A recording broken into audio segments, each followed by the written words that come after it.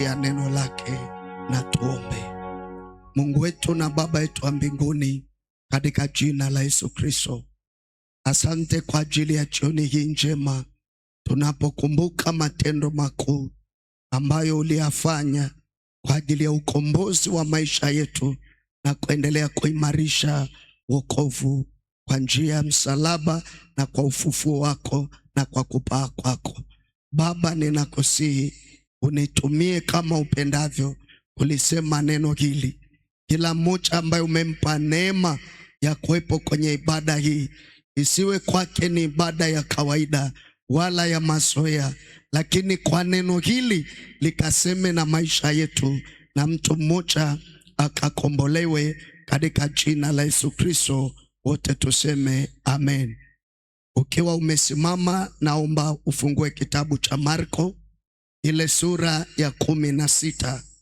Kitabu cha Marko ile sura ya 16. Ukiwa umesimama, Marko 16 mstari wa 19 na wa 20. Basi Bwana Yesu baada ya kusema nao akachukuliwa juu mbinguni, akaketi mkono wa kuume wa Mungu. Nao wale wakatoka wakahubiri kote kote, Bwana akitenda kazi pamoja nao na kulithibitisha lile neno kwa ishara zilizofuatana nalo. Amen. Naomba tukae katika uwepo wa Mungu.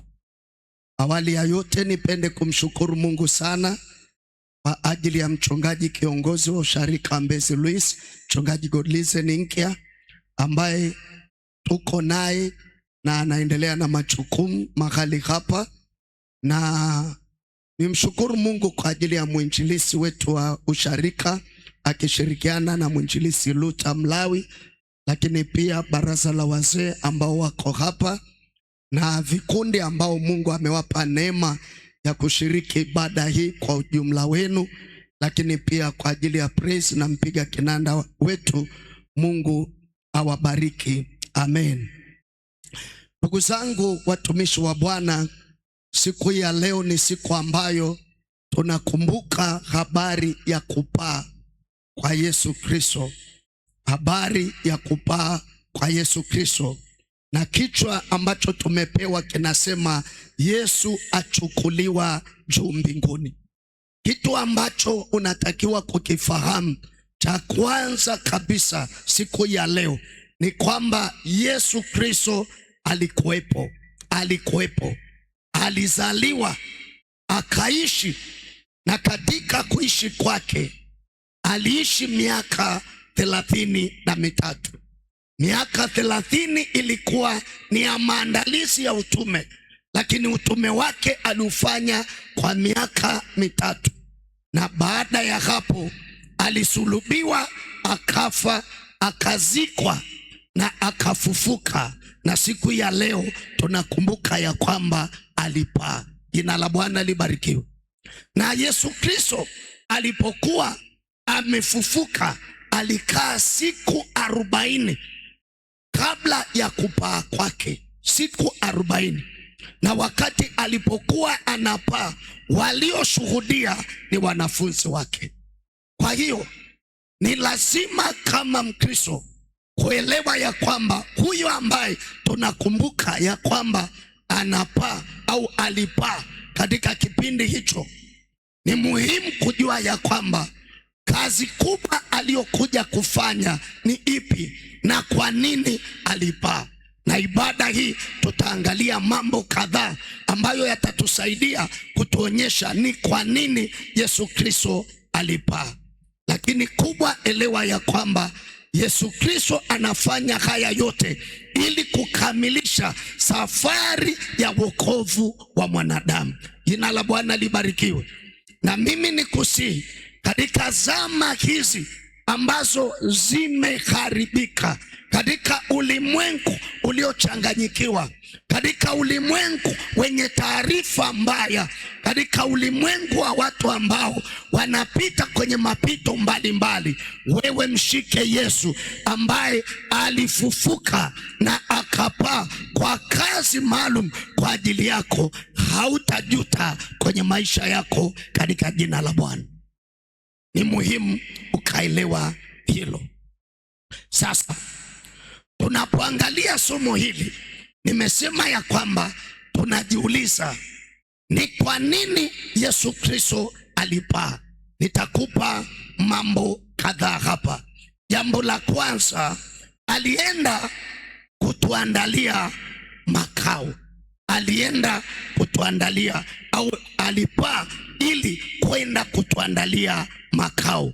Na neno tunalipata kwenye Yohana ile sura ya 14 na mstari ule wa 13. Yohana 14 na ule mstari wa 3. Anasema, basi mimi nikienda na kuandalia mahali, nitakuja tena niwakaribishe kwangu, ili nilipo mimi nanyi mwepo. Jina la Bwana libarikiwe. Kwa hiyo kama Yesu Kristo amepaa, si kwamba kazi imekwisha.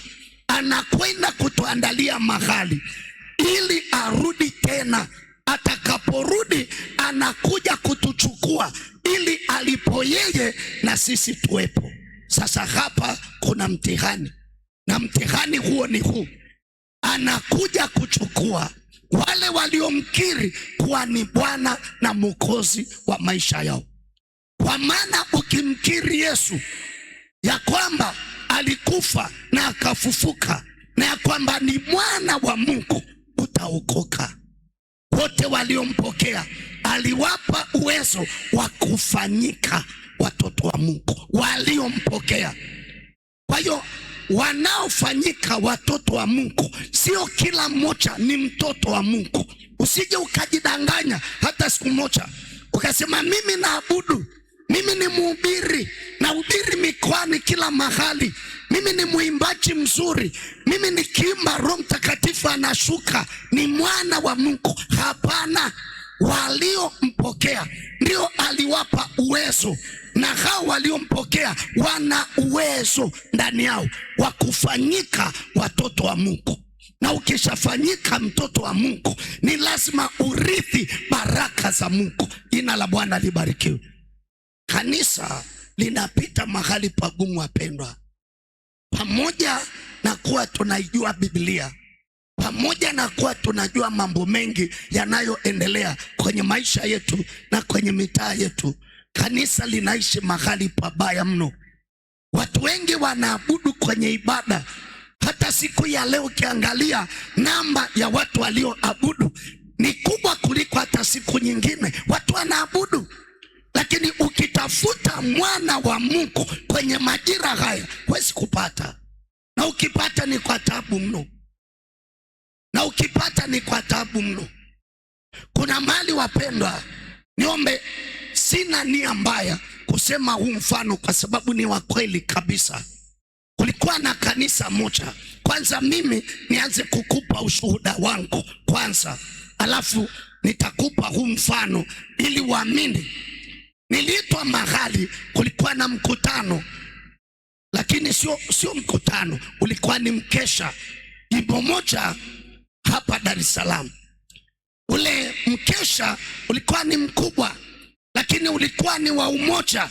Tunaweza tukasema kama ulivyo umoja wa vijana, au umoja wa kina mama, au umoja wa kwaya za uinjilisti, au umoja wa kwaya kuu, lakini walitoka sharika mbalimbali. Na ule mkesha ulikuwa ni mkubwa, na wazee wa kila kanisa na kila mtaa wakawa wamekuja na zile kwaya na waimbaji, na wakawa wameandaa praise kubwa nzuri. Ule mkesha nilienda mimi na kijana mmoja hapo ambao nimemsimamia kwenye ndoa. Kipindi hicho nilikuwa sina usafiri, yeye alikuwa na pikipiki. Kwa hiyo nikamwomba tuende ili tukimaliza saa 10 niweze kurudi, na asubuhi yake nilikuwa na ibada. Sasa tukafika, wapendwa, ni kanisa kubwa kama hili, na lile kanisa lilikuwa limejaa. tukaanza kipindi cha sifa.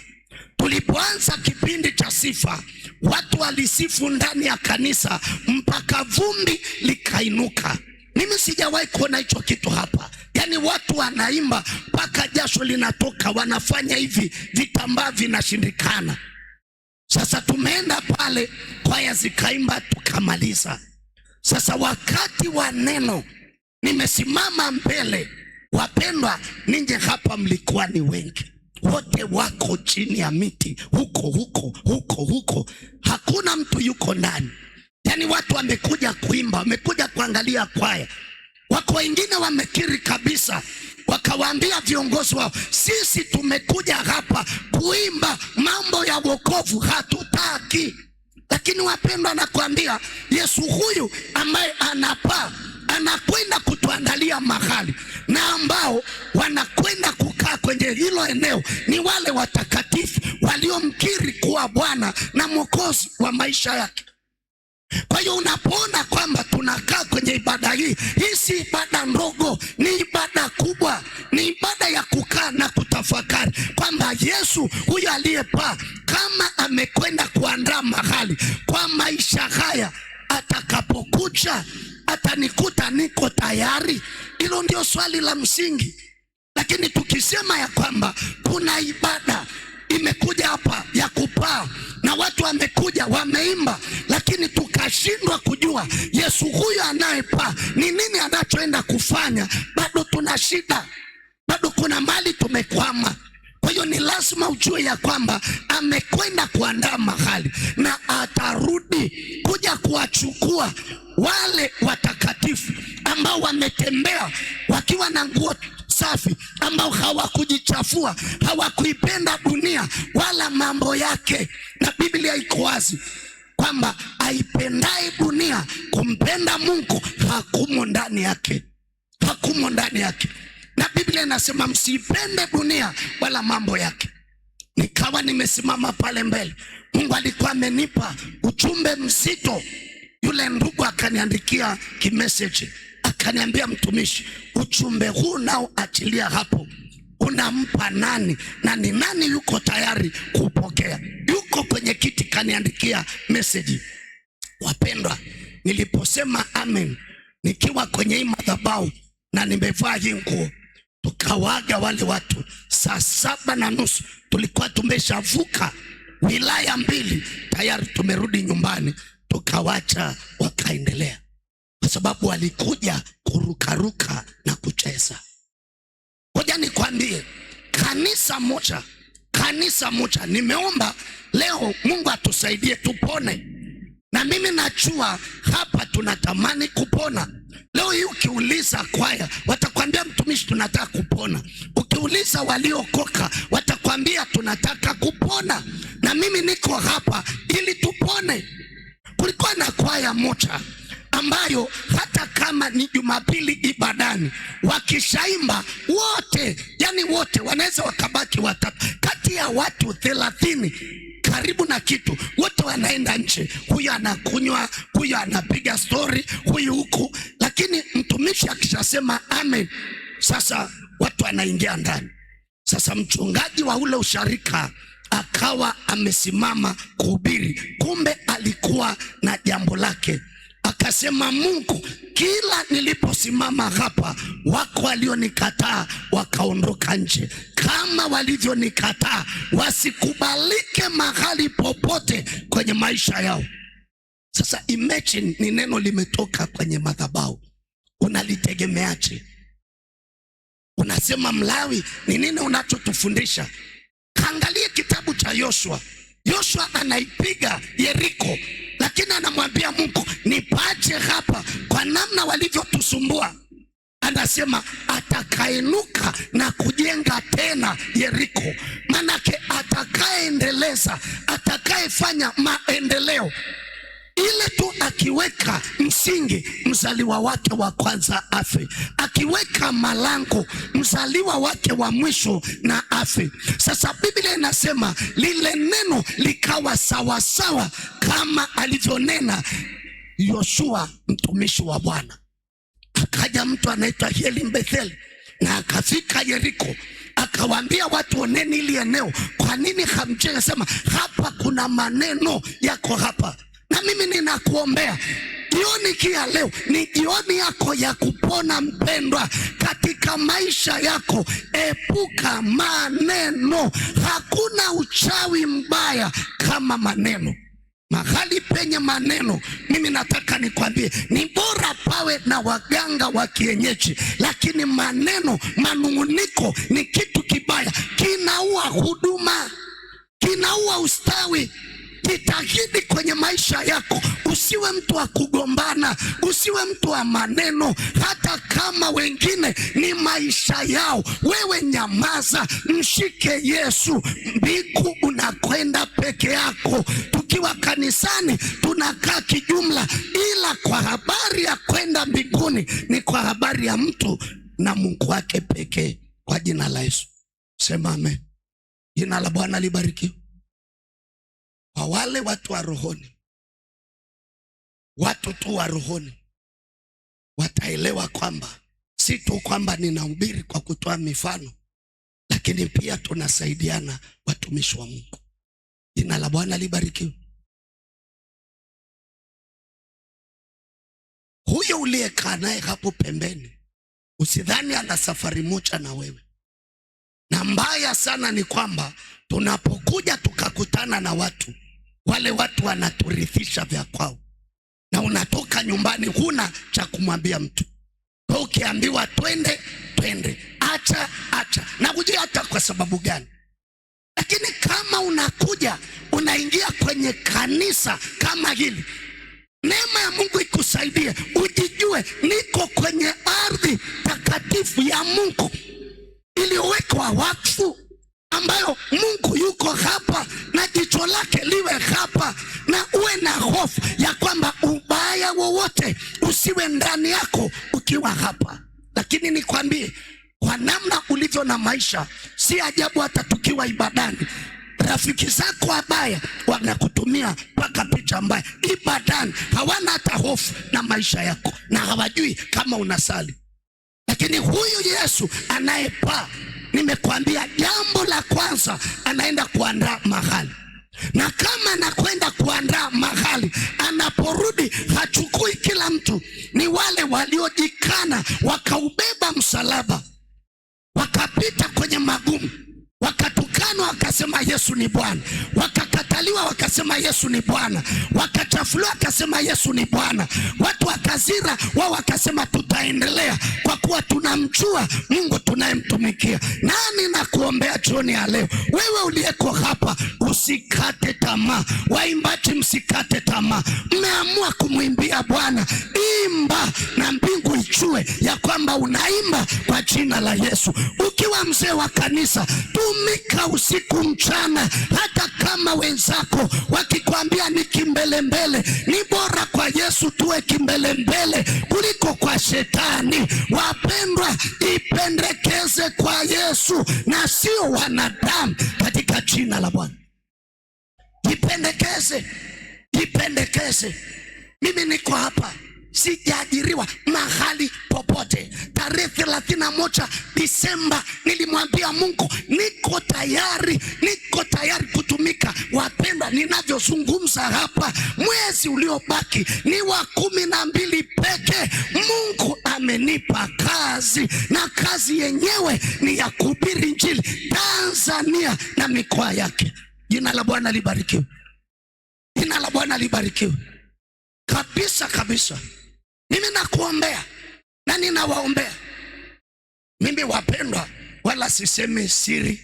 Hata wakinichukia wanichukie, wakinipenda wanipende. Kwenye zile fomu zile za usharika zile tunazojaza, unaambiwaga wewe ni kundi gani. Jina la Bwana libarikiwe. Ungependa kushirikiana na kundi gani? Mimi nimejaza mawili. Sema amina. Niseme nisiseme? Jina la Bwana libarikiwe. Sasa watu ambao niliwachagua, si hata kama nikasema, wala sifichi, nikasema la kwanza ni fellowship. Yani hapa wapendwa, yani fellowship kwangu ndio kila kitu. Niliokoka mwaka 90. hata kama nilikuja Dar es Salaam nilikuwa nimeokoka, hapo huwezi kunitoa. Sema amina. Na kwaya moja hiyo hapo, sema amina. Jina la Bwana libarikiwe. Na wanajua yani kila mtu, lakini mimi ni rafiki wa kila mmoja. Ninachotamani kama naenda mbinguni, na ninyi wenzangu tuende mbinguni kwa jina la Yesu. Sema amina. Jina la Bwana libarikiwe. Na ninawaombea, hebu niambieni viongozi mliochaguliwa wapya, furaha yenu nini? Ni kuona watu wanauchaji kwenye ibada. Sema amina. Mimi niwaambie ukweli, mwalimu, nini unachotaka cha zaidi? Ni uchaji. Kwa yako ikitamkwa jema kwenye madhabahu, nakwambia hutakula, utanenepa bila kula. Na watu wengi wanajua, kwa kuwa tunahubiri, wanasema watumishi siku hizi wananenepa. Wapendwa, hatunenepi sababu ya kula. Wengine nyumbani kwetu ndoa zimepewa neema ya kupona. Jina la Bwana libarikiwe. Kwa mfano hapa nikitaka tu nipungue kidogo, ni kwenda SACCOS na kopa milioni 600 na sina marejesho hapo. Jina la Bwana libarikiwe. Sema amina. Sijui kama mnanielewa. Najua uwezo wangu wa kulipa labda ni 400,000 kwa mwezi, hiyo nalipaga na wanajua, na wala tena namaliza mapema kila nikichukua. Asa naenda nachukua, unataka ngapi? 600. Anakuwekea alafu naenda hapo unanunua mashamba, unaacha hapo, unarudi sasa unasikia rejesho milioni 50 kwa mwezi. Yani unakonda, yani huji hata mafuta yameenda wapi Lakini nikikumbuka kule nilikotoka, jinsi nilivyokuwa kama fimbo, acha nimlipizie ibilisi. Sema amin. Jina la Bwana libarikiwe. Kama kitambi ya kiwashi, kuna shida gani? Si ya kiwashi. Sema amin. Jina la Bwana libarikiwe. Kwani kinawasha?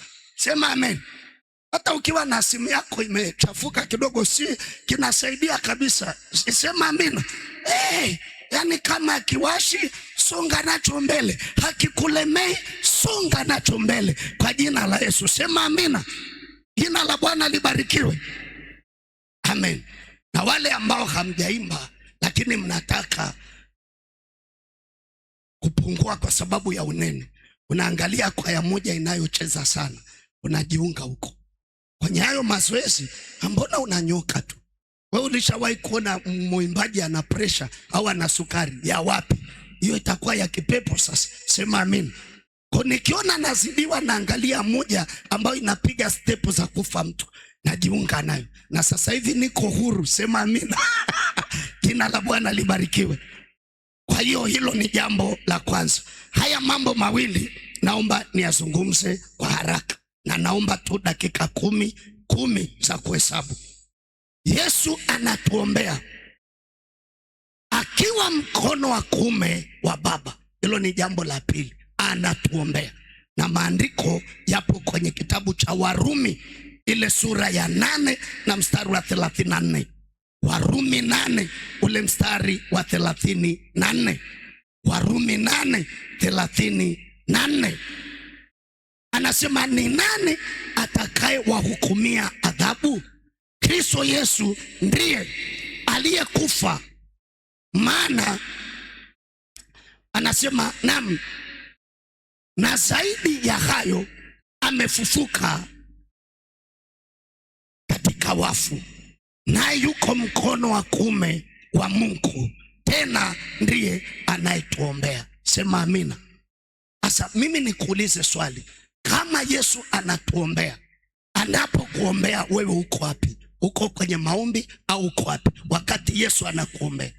Mojawapo ya kitu kimemfanya Yesu apai ni ili akatuombee. Na ndio maana tunaomba, na wakati mwingine tunasema nguvu za Mungu zinafanya nini? Zinashuka. Jina la Bwana libarikiwe. Anasema Roho Mtakatifu hutuombea kwa kuugua kusiko tamkwa, maana sisi hatujui kuomba ipasavyo. Sasa wakati Yesu anakuombea, hayo maombi ya Yesu yanakukuta wapi? yanakukuta baa, yanakukuta kwa waganga, yanakukuta uko mtaani, yanakukuta kwenye uchawi, kwenye ushirikina, yanakukuta wapi?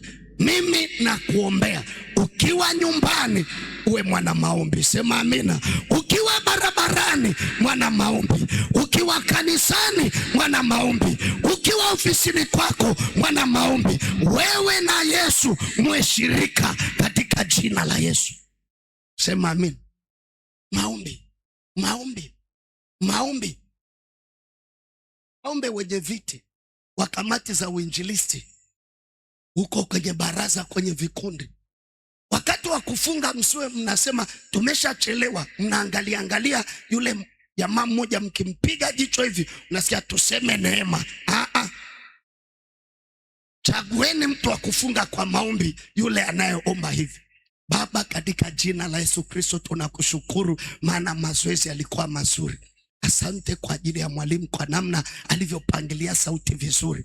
Asante kwa ajili ya mpiga solo. Baba, huyu mtumishi mpiga solo anatubariki sivyo kawaida. Ningeomba tu hata wanakwaya tuendelee kumwombea. Baba, ninakuja mbele zako, ninamwombea mpiga rhythm. Yani akimaliza kwenye vyombo anaanza sauti ya kwanza. Baba Mungu uitie nguvu. Unaenda ya pili, ukifika pale unasema Baba viongozi wetu na hasa mwenyekiti, unaenda wote. Ukimaliza kamati zote za kwaya, chagueni huyo ndiye afunge kwa maombi. Hamtakufa kiroho kwa jina la Yesu. Sema amen. Lakini yule anayekaa namna hii, mnapiga jicho hivi, nasikia neema ya Bwana yetu Yesu Kristo na upendo wa Mungu Baba, alafu mnatabasamu na ushirika Roho Mtakatifu, alafu mkitoka wote mkapo nje mnapiga story. Amna hata mliko hai. Lakini huko kanisani kuna washa, hapo nje kama kawa. Ninawaombea moyo wa ibada kwa jina la Yesu. Moyo wa nini? Wa ibada. Wa ibada. Unampa mtu kufunga kwa maombi, mwenyekiti anakuja hapa anasema Baba hatuwezi kuomba hapa, tunashukuru kwa ajili ya Jumapili. Wewe unadhani anaanzia kule Segerea, ngoma inaanzia hapa tulipoingia kuonyesha kanisani Baba. Na yule mama ambaye ni mwenyekiti wa ile kwaya alivyodua vizuri Baba. Yani anaombea kila kitu. Sema amina. Jina la Bwana libarikiwe. Anasema Baba, na ile daladala haikupata ajali wala pancha. Yani anashukuru Baba, tulipendeza tulivyovaa yale majoho. Mungu katusaidie tena. Asante kwa ajili ya siku ya leo. Anaanza sasa hiyo mazoezi ya siku hiyo. Alafu anasema amen. Dakika 20 za maombi. Nataka nikwambie hakuna pepo kwenye kwaya. Jina la Bwana libarikiwe. Lakini mkishaanza kwenda kama yule baba alikuwa mwongeaji kila mali, mwongeaji, anaongea. Akiwa huko kwenye vikao wanamwalika ili akapige debe huko, watu wachange harusi nini, vikao vya misiba, vikao sijui vya nini vya chama na serikali. Mchungaji ameenda nyumbani kwake akasema jamani, kwenye kuomba naomba sasa chakula kiko mezani, kuna pilau kuku pale. Alafu nyie mtaomba, baba naomba uombe, mimi pale mwisho nitatoa neno na kuomba.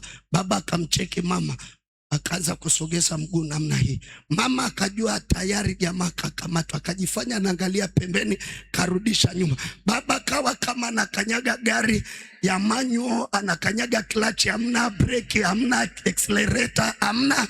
Baba akasema tuseme neema. Pilau kuku. Muulize jirani yako, unaijua pilau kuku? Hivi pilau kuku na neema ya Bwana wetu Yesu Kristo wapi na wapi? Pilau kuku. Mwambie jirani yako pilau kuku. Kama inasema neema ya Bwana wetu Yesu Kristo, angekuwa wewe ungeanzaje? Baba yetu uliye mbinguni. Pilau kuku. Si ulitakiwa useme tu asante Mungu tupae mkate wa kila siku. Amen. Yani hiyo ni sala, hata ikisemwa chuo cha uchungaji inakubalika. Asante Mungu utupae mkate wa kila siku. Amen. Si umesema asante? Na ni Mungu anatupa mkate. Amen. ngoma iliwehuka, lakini mlete hapa mwambie tuna mavuno, atasimamia, tutapata mihela, nenda nyumbani, hakuna maombi. Na ndio watu tuko nao. Sasa hapo nataka uwe na kazi, hapo nataka uolewe. Nani awe kilasa ambaye hawezi hata kujiombea mwenyewe? Kiumbe mzito kama wewe akupeleke wapi? Unafikiri saa hii tunaoa sura? Ipitishe. Mimi nakwambia hatuoi sura mpendwa. Anayeolewa ni mwenye kibali, mwana maombi. Sema amen. Ukienda kwenye nyumba ya mtu upige maombi, umaskini utoke, magonjwa yatoke, uchawi uondoke. Ukifika ibadani moto fire, ukifika kwaya watu wapone. Tunataka wana maombi kanisani kwa jina la Yesu Kristo. Sema amen. Nataka wana maombi, tuombeane. Ulishawahi kuona wana kwaya nyie wote huko mkiwa pekenu, si mna mchezo na vikoba? Sasa kwa nini kwenye kwaya kusiwe na mchezo? Kila siku ya mazoezi atoke mtu mmoja.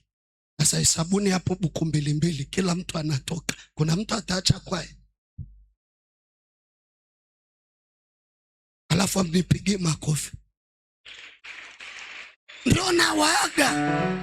Yaani hii injili ya leo ni ya kuaga. Msije mkasema Mlawi hakusema.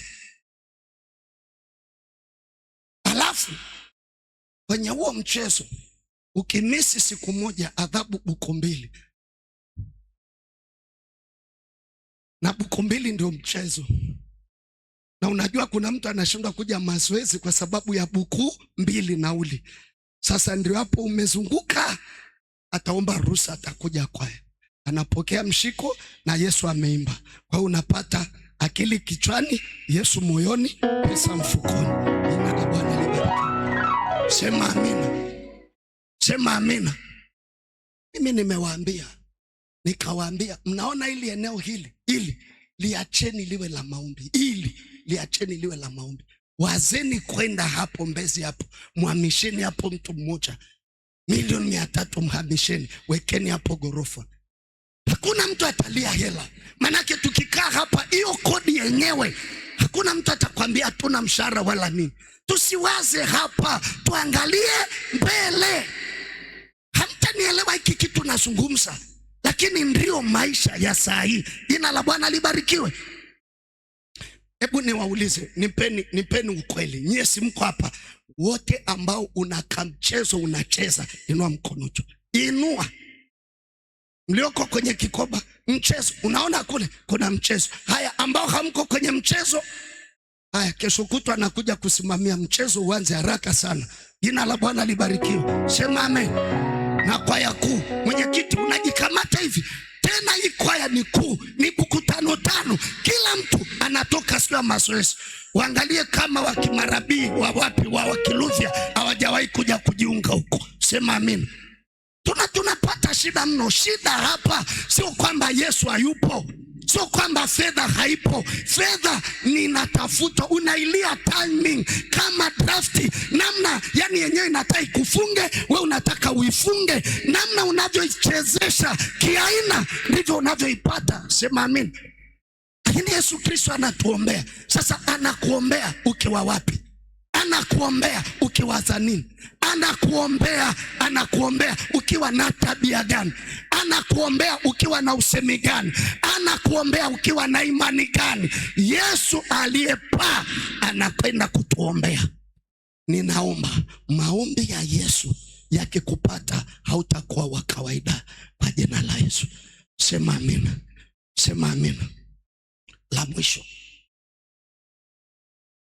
Yesu Kristo alipopaa au kupaa kwa Yesu Kristo sio kupotea, bali ni kutukuzwa. Sio kwamba amepotea, anatukuzwa. Anasema hivi kwenye Yohana 12:32, anasema kitu cha namna hii: nami nikiinuliwa juu ya nchi nitawavuta wote kwangu. Nikiinuliwa. Sema amina. Yeye si amepaa. Anasema sasa ninyi hapa, hebu kila mmoja afanye hivi. Yes. Yani anasema nikiinuliwa. Yani wewe ukimuinua Yesu, ukamuinua Yesu kwa mali zako, kwa sauti yako, kwa kipawa chako, kwa karama yako, yanasema atawavuta wengi. Kwa hiyo mahali ulipo muinue Yesu. Sema amina. Tabia yako imuinue Yesu. Jina la Bwana libarikiwe. Nilikuwa nafundisha morning glory na evening. Hapana, sio hapo. Nilikuwa na ibada hapa ya kuaga viongozi wa fellowship na kuwakaribisha wale wapya. Nikawaambia andiko linasema kwenye Petro, mtu asiteswe sababu ni muuaji au mtenda mabaya, lakini ateswe sababu ya kushikamana na imani. Sema amen. Imani, mtu asiteswe.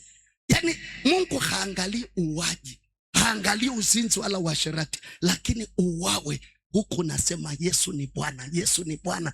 Kama nani? Kama yule Stefano. Yani anasema kwa sababu umeshikamana na imani, ukiteswa una heri. Ndio maana hiyo sentence. Sema amen. Kwa sababu tu umemtaja Yesu, ukasema mimi sitamkana.